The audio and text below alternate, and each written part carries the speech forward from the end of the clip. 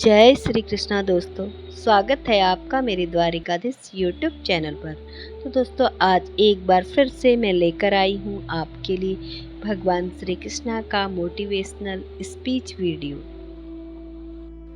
जीवन में जब भी हम खराब दौर से गुजरते हैं तो मन में यह विचार जरूर आता है कि परमात्मा मेरी परेशानियां देखता क्यों नहीं है, मेरी परेशानियां दूर क्यों नहीं करता है। लेकिन सुख दुख तो हमारे जीवन का हिस्सा है। जीवन है तो परेशानियां भी होंगी। जब सब दरवाजे बंद हो जाए तब एक दरवाज़ा कभी नहीं बंद होता है, वह है ईश्वर का दरवाज़ा। उम्मीद ईश्वर से रखो, दुनिया से नहीं।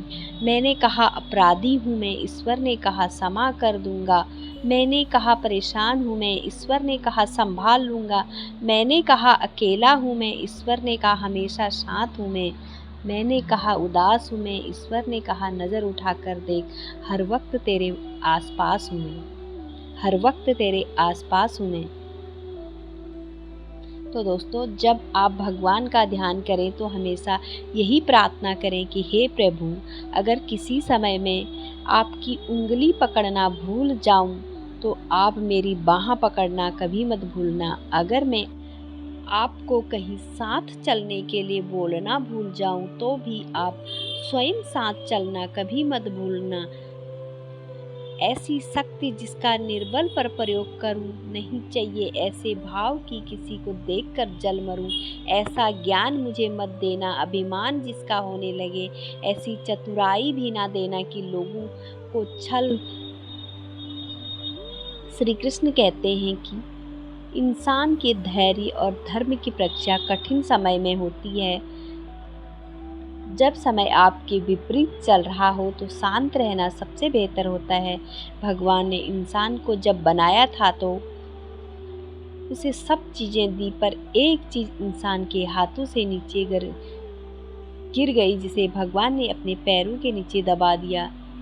इंसान के चले जाने के बाद भगवान ने किसी से पूछा, आपने चरणों में के नीचे क्या छुपाया है जो इंसान को वापस नहीं दिया? तब भगवान बोले, मैंने चरणों के नीचे शांति छुपाई है। इंसान सदैव उसके लिए तरसता रहेगा, यह हर जगह इसे ढूंढेगा, नाकाम रहेगा और आखिर में उसे यह शांति मेरे चरणों में आकर मिलेगी। भगवान के पास दो शक्तियां हैं, एक माया और दूसरी भक्ति। जब कोई भगवान के समक्ष जाता है, भगवान को प्रणाम करता है तो यह पूछते हुए बोलो, क्या चाहिए, माया या भक्ति? भक्त पूछता है, हे भगवान, दोनों में क्या अंतर है? भगवान बोले, देखो, दोनों में एक ही अंतर है। अगर तुम्हें नाचना है तो माया ले जाओ, अगर तुम्हें नचाने है तो भक्ति ले जाओ। क्योंकि जीव जिसके वश में रहे उसका नाम माया है और भगवान जिसके वश में रहे उसका नाम भक्ति है। भगवान के राज्य में समस्त संसार नाचता है, जबकि भक्ति के राज्य में भगवान स्वयं नाचते हैं। किसी ने पूछा कि भक्ति क्या है? बहुत ही प्यारा जवाब आया, भक्ति हाथ पैरों से नहीं होती, वरना विकलांग कभी ना कर पाते। भक्ति ना ही आँखों से होती है, वरना सूरदास कभी ना कर पाते। ना ही भक्ति बोलने और सुनने से होती है, वरना गूंगे बहरे कभी ना कर पाते। और ना ही भक्ति धन और ताकत से होती है, वरना गरीब और कमज़ोर कभी ना कर पाते। भक्ति केवल भाव से होती है, एक एहसास है। भक्ति को जो हृदय से होकर विचारों में आती है और हमारा प्रेम परमात्मा से जुड़कर रिश्ते में बदल जाता है।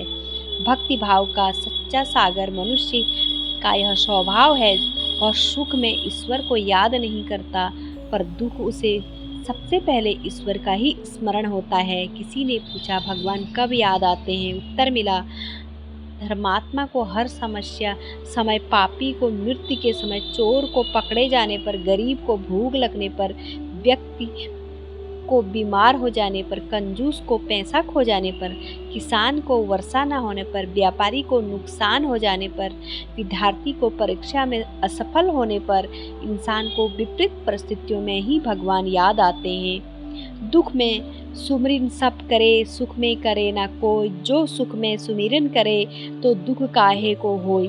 शब्दकोश में असंख्य शब्द होते हुए भी मौन होने सबसे बेहतर है। दुनिया में हजारों रंग होते हैं, हुए भी श्वेत रंग सबसे बेहतर है। खाने को दुनिया भर की चीज़ें होते हुए भी उपवास शरीर के लिए सबसे बेहतर है। देखने को इतना कुछ होते हुए भी आँखों से भीतर देखना सबसे बेहतर होता है।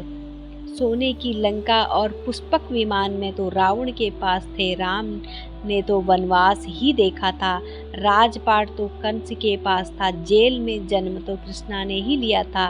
राजमहल में तो कौरव ही रहते थे, वनवास तो पांडवों को भोगना पड़ा था।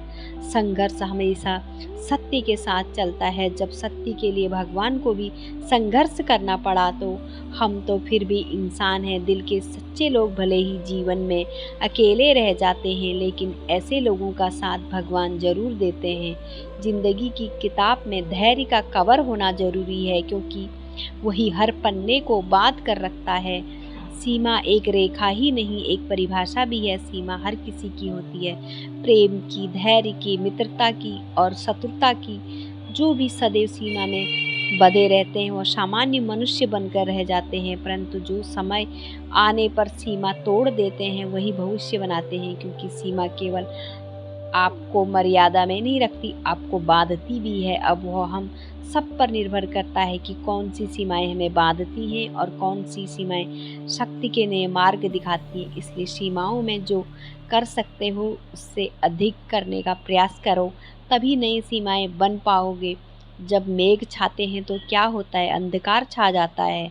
मेघ गरजते हैं तो वर्षा होती है। सभी पशु अपने आश्रय स्थल पर जाकर छिप जाते हैं, मनुष्य अपने घरों की ओर दौड़ते हैं और सीमा सभी पक्षी अपने घोंसलों में जाकर छिप जाते हैं। परंतु एक जीव है जो गरजते मेघ, कड़कड़ाती बिजली को भी, भारी वर्षा को भी हरा देता है। और जीव वह बाज है जो समस्या की जड़ों से ऊपर उठता है।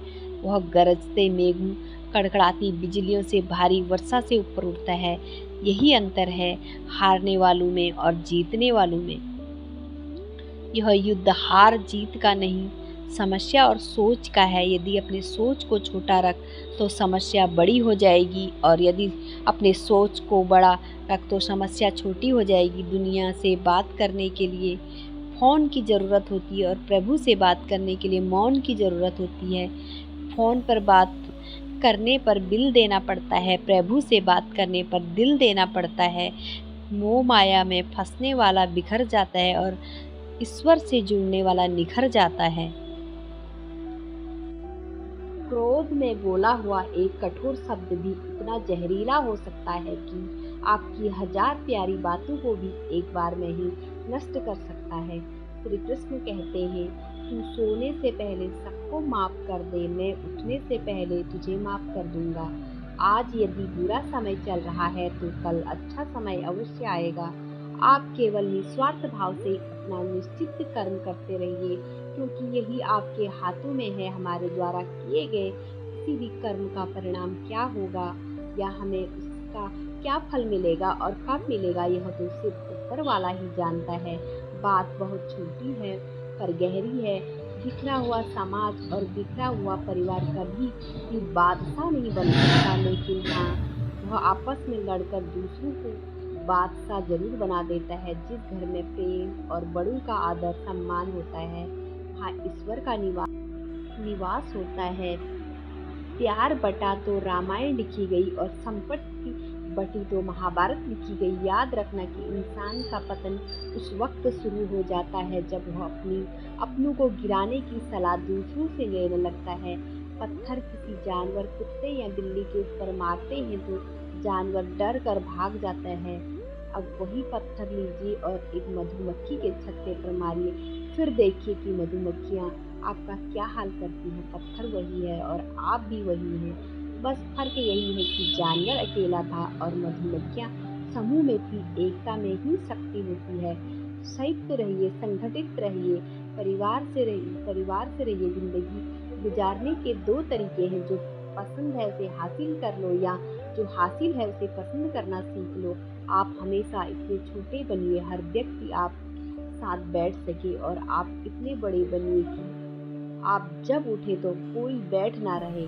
उड़ान तो भरनी है, चाहे कई बार गिरना पड़े। सपनों को पूरा करना चाहे खुद से भी लड़ना पड़े। ज़िंदगी में रिस्क लेने से कभी मत डरो, या तो जीत मिलेगी और हार गए तो सीख मिलेगी। श्री कृष्णा कहते हैं, संघर्ष पिता से सीखो और संस्कार माता से, बाकी सब तो यह दुनिया सिखा ही देगी। दुनिया की सबसे महंगी चीज़ है भरोसा। अगर ईश्वर पर है तो जो लिखा तकदीर में है वह पाओगे, और अगर भरोसा खुद पर है तो ईश्वर भी वही लिखेगा जो आप चाहोगे। रूठी हमेशा खुशियाँ ही, दुखों के कहाँ इतने नखरे होते हैं। अगर चाहो कि भगवान मिले तो ऐसे कर्म करो जिससे दुआ मिले। कोई चाहे कितना भी महान क्यों ना हो जाए, पर कुदरत कभी किसी को महान बनने का मौका नहीं देती। कंठ दिया कोयल को तो रूप छीन लिया, रूप दिया मोर को तो इच्छा छीन ली, इच्छा दी इंसान को तो संतोष छीन लिया, संतोष दिया संतों को तो संसार छीन लिया। मत करना कभी गुरूर अपने आप पर, इंसान ईश्वर ने तेरे और मेरे जैसे कितनों को मिट्टी से बनाकर मिट्टी में मिला दिया। रेस में जीतने वाला घोड़ा नहीं जानता कि कामयाबी क्या होती है। वह दौड़ता है जो सिर्फ अपने मालिक से मिलने वाली तकलीफ की वजह से। अगर आप कभी अपने आप को तकलीफ में पाओ तो समझ जाना कि आपका मालिक यानी ईश्वर यही चाहता है कि जीत आपकी हो। मत बनो हमेशा मजबूती की मिसाल, कभी कभी कमज़ोर होना भी दिल को हल्का कर देता है। और जीवन में अपनी सीमाओं को हमेशा याद रखें, चाहे वह गुस्से की हो, चाहे वह प्यार की हो। और यह भी याद रखें कि चीज़ें इस्तेमाल के लिए होती हैं और लोग प्यार करने के लिए, पर हम उल्टा ही करते हैं। चीज़ों से प्यार और लोगों का इस्तेमाल। यह दुनिया कितनी निराली है।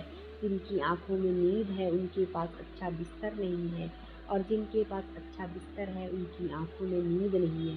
जिनके मन में दया है उनके पास देने के लिए धन नहीं है, जिसके पास धन है उनके पास दया नहीं है। जिसको भूख है उसके पास खाने को कुछ नहीं है, और जिसके पास खाने को है उसके पास भूख नहीं है। कोई अपनों के लिए रोटी छोड़ देता है तो कोई रोटी के लिए अपने को छोड़ देता है। प्रत्येक मनुष्य सफलता के लिए कार्य करता है। कुछ सफल होते हैं, कुछ नहीं होते हैं, और जो सफल नहीं होते वह सदा अपनी असफलता का कारण अपनी परिस्थितियों को बताते हैं। परंतु क्या वास्तविकता में ऐसा होता है? क्या कोई स्थिति या कोई व्यक्ति किसी की असफलता का कारण बन सकता है? उत्तर में हाँ भी और नहीं भी। कैसे? आपने तितली को देखा होगा, आपने एक मक्खी को भी देखा होगा।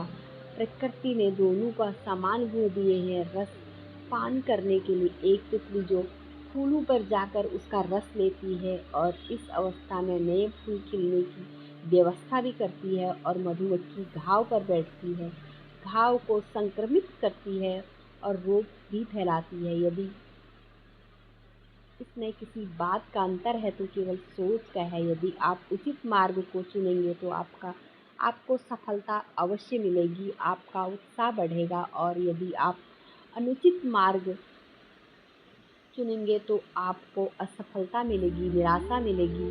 उचित मार्ग चुनना या अनुचित मार्ग, यह निर्णय आप पर निर्भर करता है।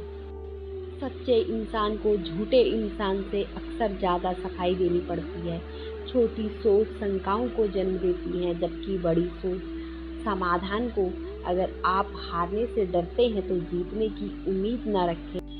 बनना है तो नमक की तरह बनो जो सबके साथ घुल मिल जाता है। मंजिल चाहे कितनी भी ऊंची क्यों ना हो, रास्ते हमेशा पैरों के नीचे होते हैं।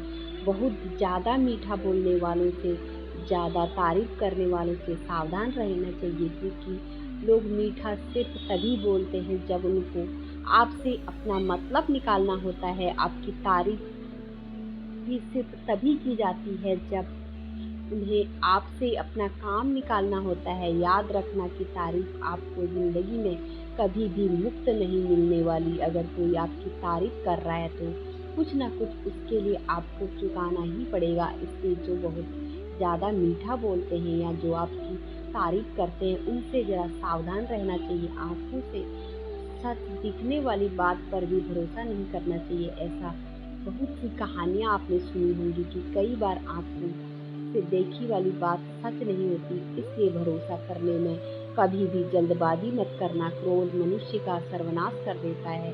क्रोधी इंसान का कोई मित्र नहीं होता, हर इंसान उससे दूर भागता है।